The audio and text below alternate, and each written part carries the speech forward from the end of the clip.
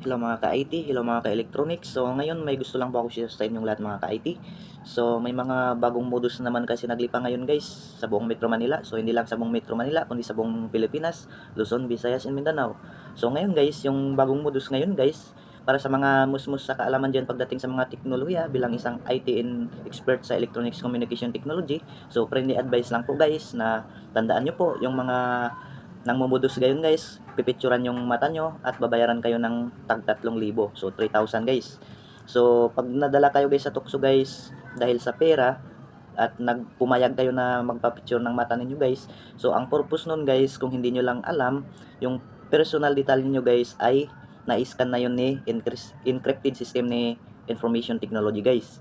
So pag ganun guys yung purpose guys, pwedeng gamitin yung personal detalye ninyo sa paggawa ng krimen, kahit anong klaseng krimen guys. May mga iba't ibang krimen, lalong-lalo na sa mga cyber online, sa mga cyber security purpose. So may gagawa sila ng hindi magandang krimen sa mga communication technology.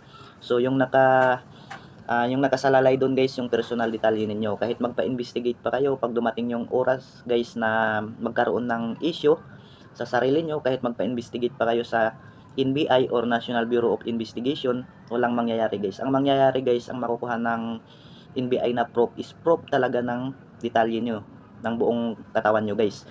So kaya sa mga musmus dyan sa kalaman sa teknolohiya, be aware lang po lagi guys, huwag po tayong magpa-auto guys. So ako guys bilang isang information technology at expert sa electronics communication technologies, so friendly advice lang po sa inyo guys, kasi alam na alam ko guys yung mga ganyang gawain guys ay isa rin sa aking mga gawain. Pero guys, hindi ako gumagawa ng mga illegal guys. So bawal yan, bawal, pwede tayong makulong dyan guys.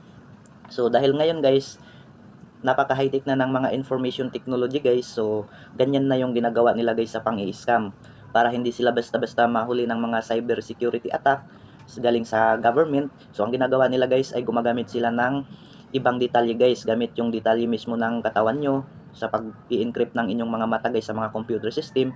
So ganun yung ginagawa nila guys para hindi sila basta-basta mahuli.